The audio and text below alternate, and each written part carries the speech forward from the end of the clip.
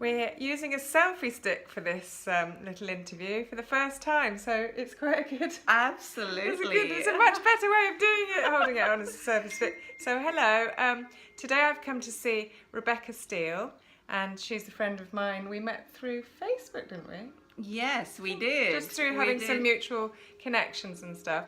And Rebecca's really into well-being and helping people improve their health and their mental state and everything, aren't you? Because Yes. you're a holistic therapist. Yes, So yes. could you tell us about some things that maybe people could use to make themselves feel better on a daily basis? Yes, actually, I use what I call a mapping technique, where it's about getting back into your body, into your own space. Yeah. So often anxiety and the sense of worry comes from when you are sort of outside of your body, because the mind just builds up so much Yeah. Of a story that is not true. And so you go into a bit like a rabbit warren, really. And so what I do is I use a mapping technique using essential oils. What's mapping then? Can you Mapping, explain? yeah, mapping is about taking somebody back, if they're not already, Yeah. in the to that anxiety issue, to when they felt that anxiety come up. So you have to go back to the place of Yes. what caused it. Yes, and it's so basically I just get them to look outside to a calm place. So basically they've got the essential oils on them. Yeah. And then they sort of feel calm in themselves. So that's already created a safety net around them. Right. So they still feel safe. They feel safe. Can it be a bit of an emotional time when?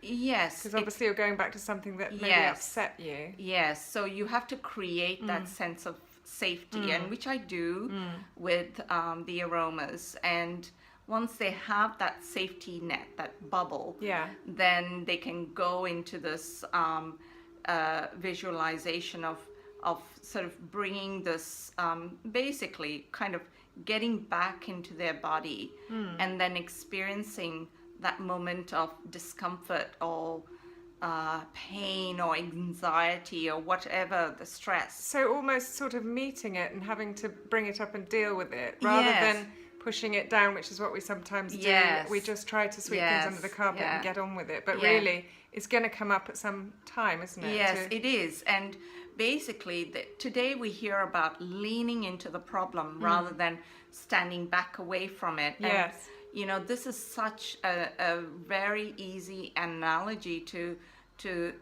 understand when, for example, when you, I found this when I was skiing, that if I leant back on my set of skis, Yeah. I actually went faster, right? Which I didn't want to do. But if I leaned into, where I was told Bend your knees. bend your knees, Yeah.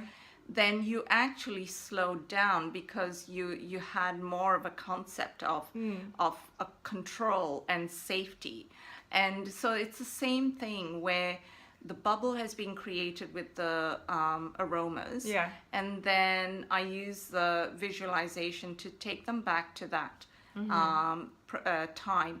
And inevitably the tears come when they see that it was just a story that happened that was of their own making. Yeah. And there was nothing right or wrong about it. It was just about just thinking, oh, that's what it is. And it doesn't have to be their reality now. No.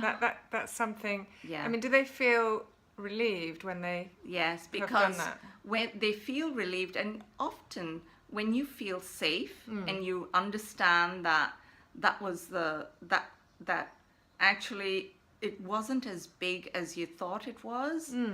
The physical symptoms of nausea, of the cold sweats and all of that come up Yeah. do dissipate, because as you go through this technique as well, that I walk people through, I also anchor it in with the Bowen technique, because you've got to anchor the feelings of safety, into the body, and I do that with the Bowen and Emmett techniques. That and and the biofeedback I use. So I've got a set of tools in my toolkit that I help people.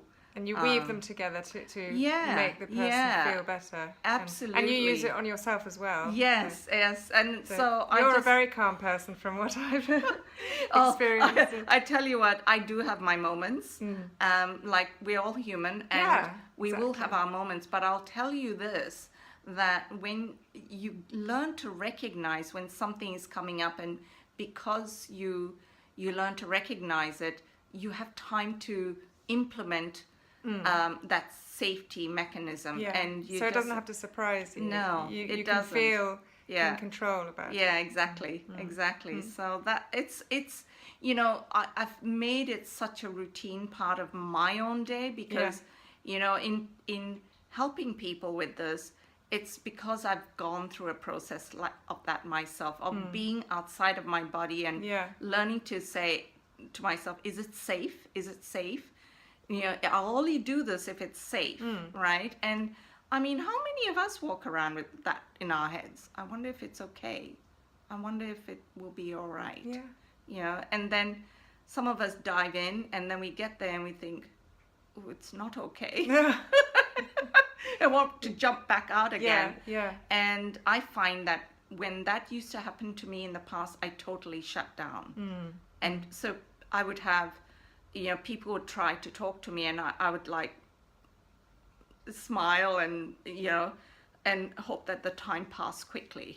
But actually it feels terrible at the time, doesn't it? It does. You feel like you just want to be swallowed up by the ground. And you just want to disappear, but you can't get away because it's rude, and so you have to either explain it to them or quickly stop the conversation and get away. I know that feeling so well. And the other thing is that we just then I used to get home and then think, now why did I do a stupid thing like that?